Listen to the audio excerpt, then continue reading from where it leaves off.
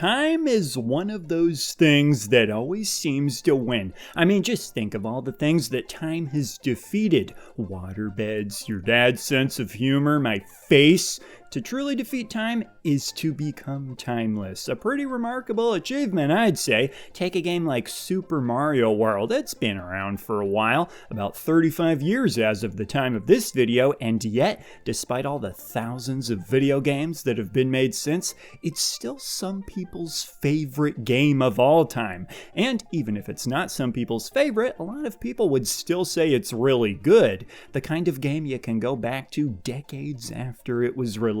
That is a timeless game. Let me ask you something. Have you ever played a game where you thought, well, I enjoyed my time with it, but probably never gonna play it again? Especially when you still got games like Okami on your backlog that you've been dirty dogging, am I right? What's interesting about timeless games is that we generally don't think about whether or not a game is timeless until decades later. Until today, that is. And heck, call it wishful thinking, but I'd like to think that the list of games we consider to be timeless is one that is ever growing, with games being added as time goes by, not simply cut off and restricted to the games I played as a kid or teenager, because remember, there's kids and teenagers playing every game for the first time as they're released. Some of us just aren't those kids or teenagers anymore, try as we might.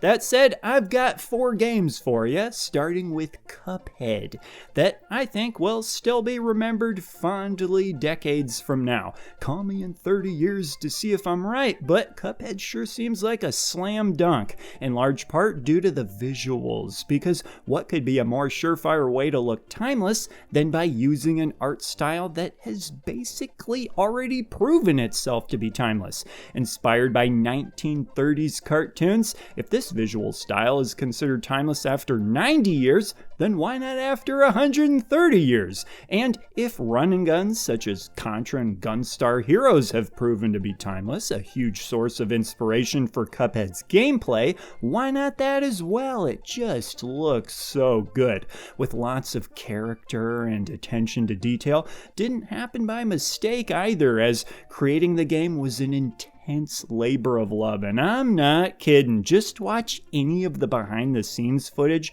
or videos about the making of the game and you'll understand just how insanely hard the creators had to work on this game. Playing the game, I almost feel like a jerk that all I had to do was pay $20 after all their hard work. I do try to really appreciate what's going on here though, and the game gives plenty of opportunity to do so, because you'll probably be replaying each stage a lot from dying so much, due to the game's reputation for being insanely hard. I've always wondered if this was somewhat intentional. With how much effort went into making it, it would almost be a shame to just breeze through each stage without time to have a look, but no issue there. You'll be looking at a lot of the same animations over and over, and I tell you, they don't get old. I'd actually say the difficulty will be part of what helps people remember the game too. Difficult games tend to linger in people's minds for years, Battletoad says, hi! And for what it's worth, I've actually beaten Cuphead, but not Battletoads. A little tip for you, by the way, most of the bosses have specific tells that let you know when certain attacks are coming. Looking for these will simultaneously allow you to be more prepared and appreciate the art and animation. Feels intentional to me. Next game I want to talk about is Sonic Mania. After many years and many games that disappointed fans of the already classic 2D Sonic games, this was the first game that seemed like it was welcomed with open arms into the family of 2D Sonic bangers. The words Sonic and banger are not always 2 words you hear together either. More likely is to describe what playing the games makes you do to your head. Oh wait, this is one of the good ones. Different kind of banger. What makes Sonic Mania so appreciated is that it feels like it was made by people who really loved the original games, and that's because it was Christian Whitehead and crew, who gained a reputation position in the fan-made game community for Sonic and was eventually hired by Sega to make an original game. Pretty incredible to think about. Loving something so much that it leads to getting hired to work on it, which reminds me, I got some Banjo fan art I did. Could I be hired as an artist for a sequel?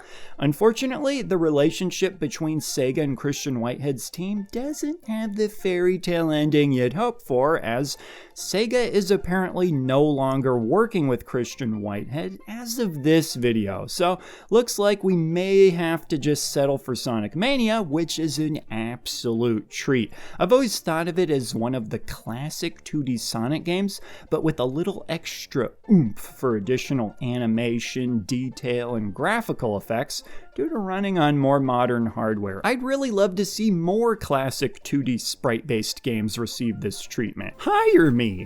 The game is an homage to classic Sonic games from the past, while also throwing in a ton of new and really creative stage and gameplay design. Because of the speed, 2D Sonic games are really difficult to get right. So really appreciative to have this game right alongside the old Genesis games as we move into the future. For the next game, I'd like to talk about Astrobot, a game I like to describe as pure delight. Every second I'm playing this game, I'm having fun. The pacing is tight, the game is colorful with music that is catchy, you have a ton of different abilities, and everything you interact with is so playful. I really can't say it any better than everything in this game feels good to play through. And what could feel better than feeling good? Feeling great still sounds like how I feel playing this game. Some people might say the game is a bit on the easy side, but it does have quite a few no death run stages in which you can't get hit even a single time that I felt scratched that challenge itch. Not to mention, it can be tricky to find all the different bots, especially the cameo bots, of which there are a lot, and which reference various video game characters from gaming's past.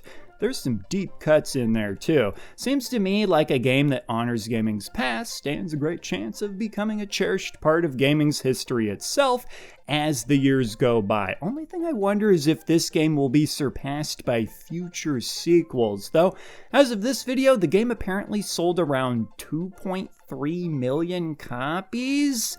That's good, but nowhere near the sales of something like God of War or Spider-Man 2. Games also published by Sony that each sold well over 10 million copies. So I'm worried Sony isn't going to care about Astrobot as much. Why aren't more people playing this?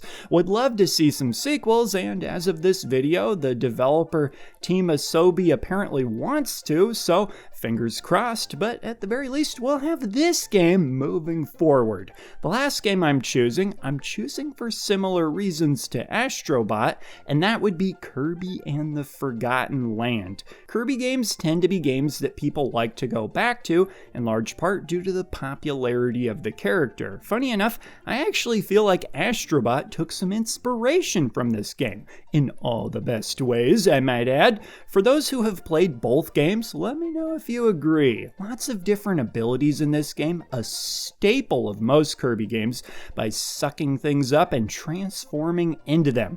This game takes it a little further by having you inhale not just enemies, but all sorts of random and often large objects, leading to a lot of, I can't suck this up, can I? Oh, I can, and it's awesome moments. Again, the game could maybe be considered a little on the easy side, but each stage includes additional challenges and things defined for those who want it. I feel like the creators of these games are aware that people of all ages play them and try to provide that flexibility for us in how challenging of an experience we want.